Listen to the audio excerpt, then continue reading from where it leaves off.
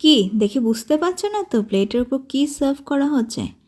এই আইটেমটা আমি নাম দিয়েছি ব্রেড উপমা। এই টুকটাক এক্সপেরিমেন্ট করতে করতে যখন রান্নাটা ভালো হয়ে যায়, টেস্টটা যখন ভালো হয়, তখনই আমি এই রেসিপিগুলো তোমাদের সাথে শেয়ার করি।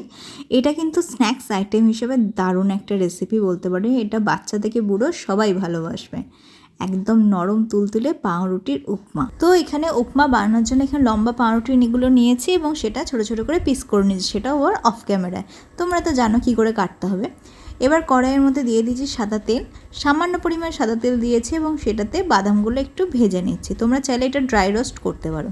এবার বাদামগুলো তুলে নেওয়ার পর ওই তেলের মধ্যে দিয়ে দিলাম কালো সর্ষে ফোড়ন, তারপর দিয়ে দিলাম ছোটো ছোটো করে কুচিয়ে রাখা আদাটা একটু ভেজে নেওয়ার পর দিয়ে দিলাম একটা চেরা কাঁচা লঙ্কার বীজগুলো যাতে না ফাটে, সঙ্গে সঙ্গে দিয়ে দিলাম কিছু কুচিয়ে রাখা সবজি। তোমরা এখানে তোমাদের পছন্দ মতো সবজি এখানে অ্যাড করতে পারো। আমি নিয়েছিলাম গাজর, বিনস আর ক্যাপসিকাম কুচি, খুবই ছোট ছোট করে কেটে নিয়েছি যাতে সিদ্ধ হতে কম সময় লাগে। এবার সবজিগুলো যখন ভাজছি তখন আমি দিয়ে দিচ্ছি গাছের কারি পাতা, তার সাথে কিছু নারকেল কুচি, তারপর দিয়ে দিলাম সামান্য নুন যাতে সবজিগুলো তাড়াতাড়ি সিদ্ধ হয়। তার সাথে দিয়ে দিলাম কিছু ভিজিয়ে রাখা ছোলা, আর দিলাম সামান্য জিরে গুঁড়ো এবং লাল লঙ্কা গুঁড়ো।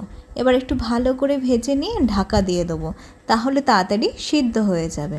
তোমরা হয়তো অনেকেই বলতে পারো যে কারি পাতা ফোড়নে দিলাম না। হ্যাঁ দিলাম না, আমার মনে হয়েছে যে কারি পাতাটা ফোড়নে দিলে ওর ফ্লেভারটা যেন গায়েব হয়ে যায়, তাই আমি একটু পরেই যখন সবজিগুলো ভাজছিলাম তখন অ্যাড করলাম।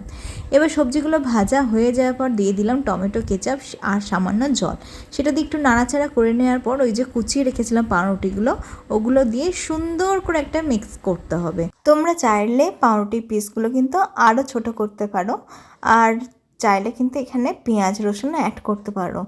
আমার গ্যাস মুছতে হবে, এই খাটাখাটনির ভয়ে আমি আর পেঁয়াজ রসুন অ্যাড করলাম না। সিম্পল আদা দিয়ে করলাম, এতেও কিন্তু টেস্টটা খুব ভালো আসে। তোমরা চাইলে পেঁয়াজ রসুন অ্যাড করতে পারো। আমাদের রান্না কিন্তু একদম কমপ্লিট। এখানে আমি নামাবার আগে একটু লেবুর রস ছড়িয়েছিলাম, জানি না কেন ক্যাপচার করতে পারিনি, ভুলবশত হয়তো ক্যাপচার হয়নি। তো দেখো আমাদের পাউরুটির উপমা কিন্তু একদম রেডি। গরম গরম খেতে কিন্তু খুব সুন্দর লাগে। তোমরা কিন্তু বাচ্চাদের টিফিনে বলো বা স্ন্যাক্স আইটেম হিসাবে, সন্ধ্যের টিফিন বা সকালে ব্রেকফাস্ট হিসাবে তোমরা এটা খেতে পারো। এটা কিন্তু খুব যে অস্বাস্থ্যকর তা কিন্তু নয়। তো বাড়িতে বানাও এবং আমাদের কমেন্ট করে জানিও।